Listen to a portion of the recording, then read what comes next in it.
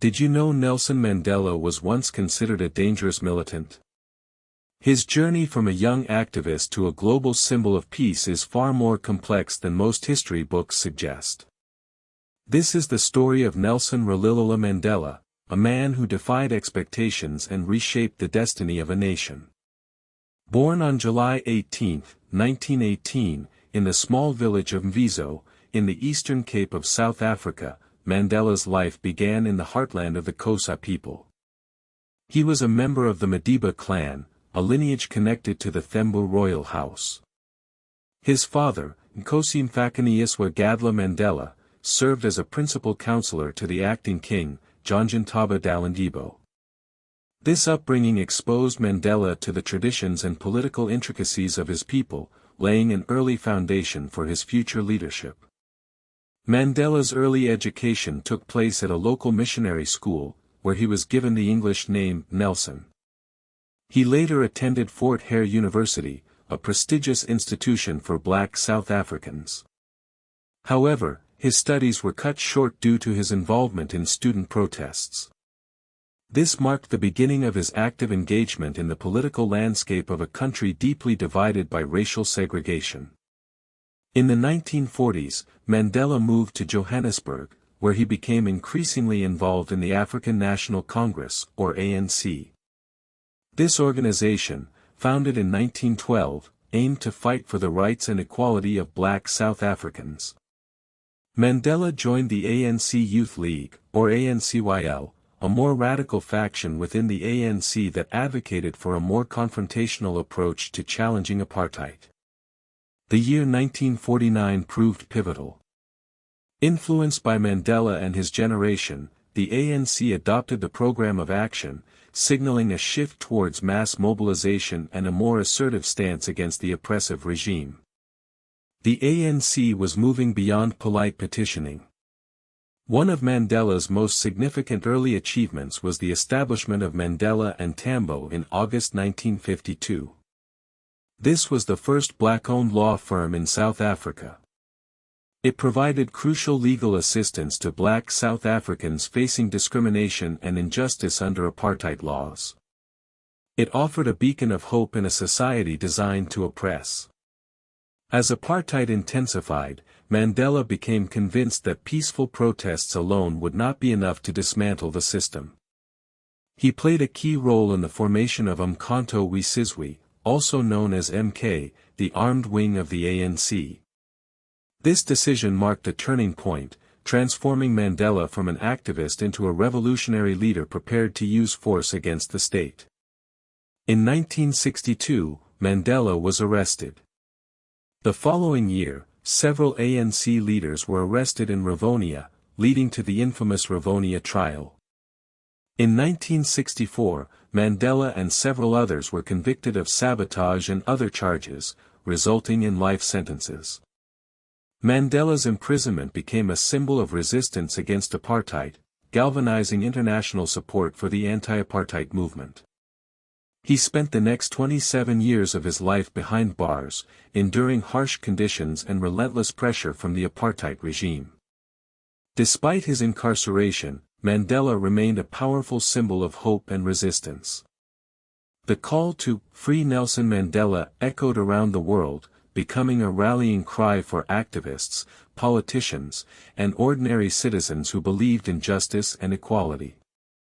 By the 1980s, Mandela was an international icon, his name synonymous with the struggle against racial oppression.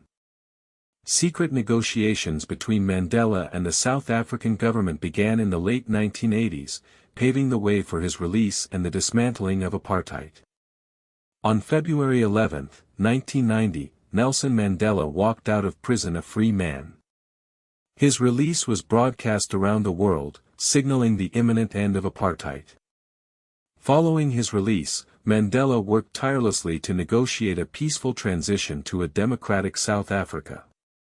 He collaborated with President F.W. de Klerk to dismantle apartheid laws and establish a new constitution.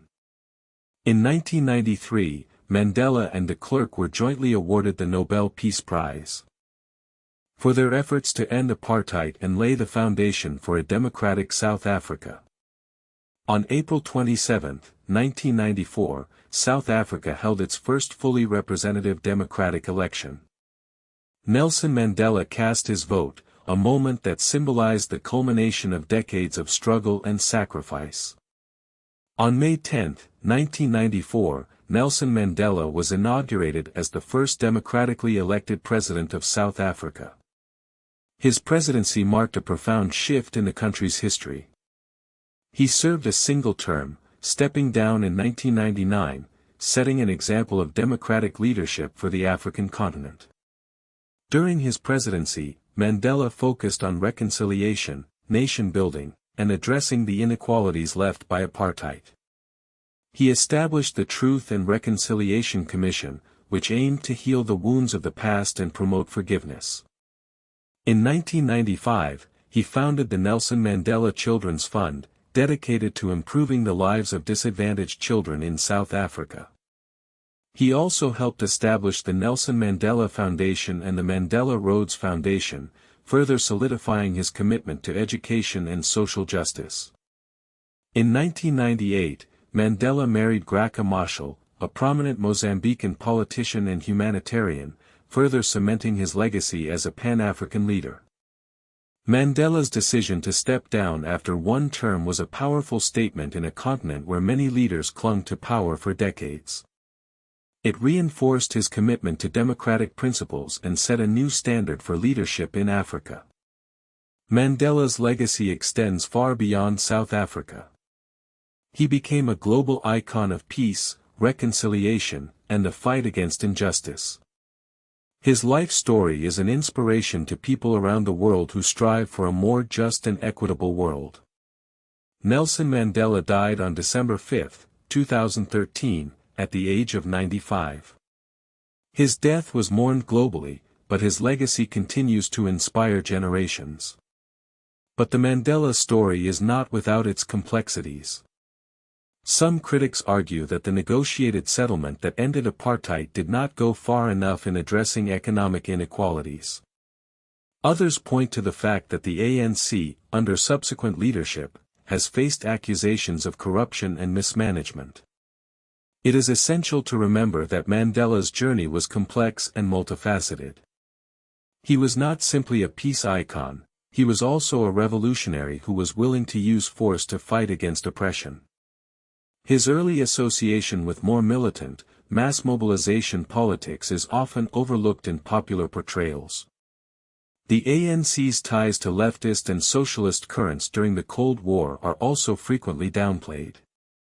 These nuances are crucial to understanding the full scope of his life and legacy. Mandela's life remains a benchmark for peaceful transfers of power in Africa. His example is frequently cited in debates about term limits and political succession across the continent. His image is invoked by modern African governments seeking to legitimize policies on reconciliation, nation-building, and anti-racism.